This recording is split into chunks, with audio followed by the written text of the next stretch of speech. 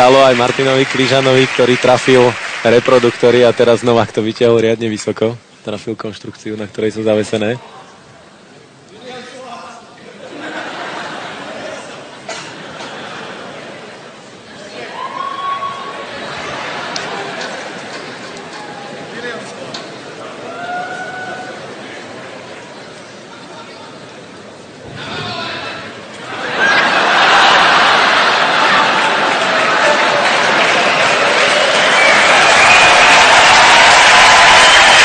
Diváci si pýtali Serenu, neviem, či toto má byť...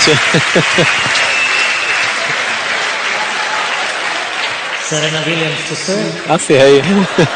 Ešte by to bolo chcelo jeden uterák na môj vkus, ale...